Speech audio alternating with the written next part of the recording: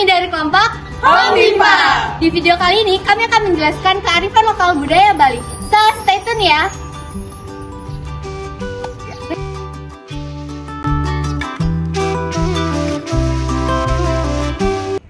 Nah, yang pertama adalah tradisi ngaben. Ngaben adalah ritual upacara kematian yang dilakukan di Bali. Upacara ini dinilai sebagai upacara kebudayaan yang wajib dilakukan pada saat ada seseorang yang meninggal dunia. Nah, di Bali ini ada beberapa jenis ngaben yang menarik loh. Salah satunya di daerah Badung dan Tabanan ada upacara ngaben yang tidak biasa, yaitu upacara ngaben bikul atau ngaben tikus. Menurut warga setempat, ngaben tikus termasuk upacara nangkluk merane yang berarti menolak bala. Dengan digelarnya ritual ini, diharapkan lahan pertanian tidak akan lagi diserang hama tikus. Sebelum ngaben tikus digelar, warga telah menggelar ngerompiok atau menangkap tikus beramai-ramai di sawah dalam beberapa hari sebelumnya.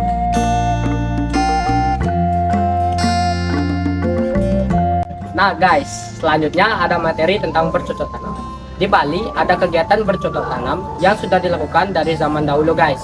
Tentunya saat bercocok tanam menggunakan alat-alat seperti cangkul atau tambah, capil, suah buleh, dan masih banyak lainnya. Tambah atau cangkul ini berfungsi untuk mengemburkan tanah yang hendak ditanami padi. Kemudian ada capil yang digunakan untuk menutup atau melindungi kepala petani dari panas sinar matahari.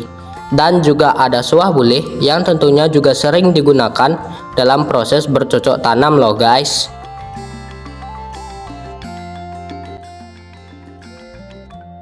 Setelah kita sudah membahas materi mengenai bercocok tanam, saatnya kita beralih ke materi selanjutnya, yaitu pis bolong. Pasti kalian udah gak asing kan sama yang namanya pis bolong?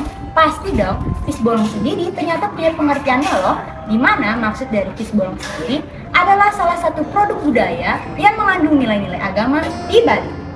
Umat Hindu di Bali menggunakan pis bolong sebagai sarana upacara dan upakara dalam melaksanakan kegiatan ritual keagamaan mereka.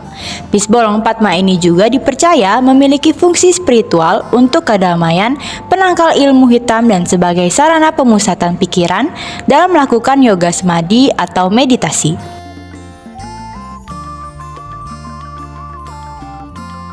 Wah, ternyata menarik juga ya seputar pis bolong. Tapi ternyata pis bolong ini ada sangkut pautnya loh dengan Barong Landung. Jadi alkisahnya menceritakan seorang saudagar perempuan yang bernama Kang Cingwi membawa uang kepeng yang akan digunakannya untuk berdagang di Buleleng, Bali. Dari hubungan dagang dengan Tiongkok inilah Raja Jayapangus bertemu dengan seorang wanita Tiongkok bernama Kang Cingwi. Kecantikan Kang Cingwi membuat Raja Jayapangus memutuskan untuk meminangnya. Raja Jayapangus pun memutuskan untuk mencari pencerahan hingga terdampar di sebuah wilayah di kaki Gunung Batur. Kehadiran Raja Jayapangus di kaki Gunung Batur menarik hati Dewi Danu yang menjadi penguasa di wilayah tersebut. Akhirnya, Raja Jayapangus pun tergoda dan memutuskan menikahi Dewi Danu.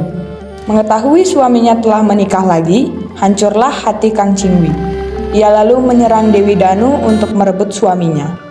Hal ini membuat Dewi Danu murka dan mengutuk keduanya menjadi patung yang hingga saat ini disebut dengan Barong Landung. Halo guys, gimana nih? Seru kan? Selanjutnya yang menjadi kearifan lokal Bali adalah gebogan. Tahu gak sih arti dari gebogan atau pajegan? Gebogan atau pajegan adalah sesaji yang digunakan oleh umat agama Hindu. Nah, gebogan biasanya terdiri dari kumpulan buah-buahan, jajan, atau bunga yang disusun rapi di atas tempat penyanggahannya, atau biasa kita sebut sebagai dulang. Gebogan biasanya disusun oleh ibu-ibu dan dibawa menuju pura sebagai bentuk persembahan kepada Ida Sang Hyang Widiwasa. Nah, dan yang terakhir, untuk memahami lebih jelas mengenai kearifan lokal, kami sudah bersama salah satu narasumber yang paham mengenai sejarah kearifan lokal di Bali. Halo, dengan Bapak siapa? Nama saya Bapak Wayan Suartika. Baik Bapak Wayan, di sini saya akan bertanya, bagaimana pendapat Bapak dengan adanya kearifan lokal yang berada di Bali saat ini? Ya, sebenarnya bentuk kearifan lokal kita dahului dengan makna dari kearifan lokal itu. Jadi kearifan lokal berarti suatu kebiasaan atau norma atau adat yang berkembang di dalam masyarakat pendukungnya, masyarakat atau lokalitas tertentu. Jadi Kalau merujuk pada wilayah Bali, bentuk-bentuk kearifan lokalnya itu banyak bentuknya. Misalnya dari bentuk norma, bentuk nilai, dan juga ada tindakan berupa tradisi dan budaya yang berkembang. Hal itu diilhami dari mayoritas masyarakat Bali yang beragama Hindu, di mana kita tahu bahwa bentuk dari agama Hindu ini banyak yang terimplementasi dari bentuk-bentuk kearifan lokal yang sudah ada di wilayah Bali sebelumnya. Dan di samping itu karena memang mendasarkan kepada wilayah Bali yang di mana sifatnya itu adalah bersifat multikultur, di mana penyusunnya itu dari masyarakat yang heterogen. Ada banyak suku yang berdiam di Bali dan juga etnis yang berkembang seperti etnis Bugis, etnis Makassar, dan etnis Jawa. Dan ini yang melengkapi khasanah kearifan lokal yang di Bali. Dan bentuk-bentuk kearifan lokalnya bisa terlihat sampai sekarang. Oke. Lalu bagaimana cara pelestarian kearifan lokal tersebut, Pak? Cara kita untuk melestarikan bentuk kearifan lokal itu bisa dari cara kita untuk memperlakukan bentuk kearifan lokal itu sendiri, di mana bentuk kearifan lokal itu harus didukung oleh masyarakat itu sendiri. Kalau tidak, masyarakat pendukungnya mempertahankan dan juga menjaga bentuk kearifan lokal itu, mungkin sampai sekarang kearifan lokal itu tidak begitu eksis. Dan peran kita sebagai generasi muda untuk tetap mempertahankan bentuk kearifan lokal itu adalah berupa pendokumentasian tindakan, norma, dan nilai yang ada di masing-masing wilayah, karena masing-masing wilayah memiliki ciri khas tersendiri dalam bentuk kearifan lokal ini. Dan selain itu kita juga bisa mendokumentasikan, mempublikasikan di kanal-kanal media sosial sehingga orang banyak tahu tentang kearifan lokal dari masing-masing daerah ini. Dan juga di samping itu kita membuat tulisan sehingga maksud dari pembuatan tulisan ini bisa terekam dan bisa diwariskan dari generasi ke generasi. Nah, teman-teman sudah menyaksikan video tadi kan? Jadi, kita patut merasa bangga dan bersyukur akan kearifan lokal yang dimiliki oleh Bali. Kebudayaan-kebudayaan ini telah ada sejak lama dan menyimpan sejumlah sejarah, sehingga sudah seharusnya untuk terus dilestarikan secara turun-temurun. Namun, kini banyak anak muda yang mulai meninggalkan budaya-budaya itu akibat perkembangan zaman. Oleh sebab itu, kitalah yang harus mulai bergerak dan melestarikan budaya-budaya tersebut sebelum terkikis oleh zaman. Karena jika bukan kita, lalu siapa lagi?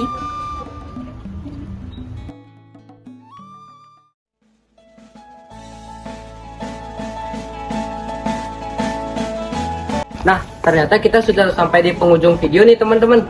Gimana, seru kan? Semoga dengan adanya video ini Mampu menyadarkan teman-teman akan pentingnya pelestarian kearifan lokal. Hampimpa, Bangga menjaga, melestarikan kearifan lokal. Baru saja berakhir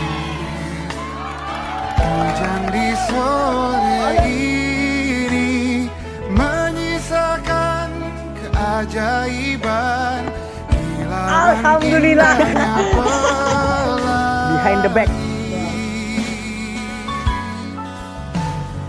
Tak pernah terlewatkan dan tetap mengaguminya. Kesempatan seperti ini tak akan bisa dibeli.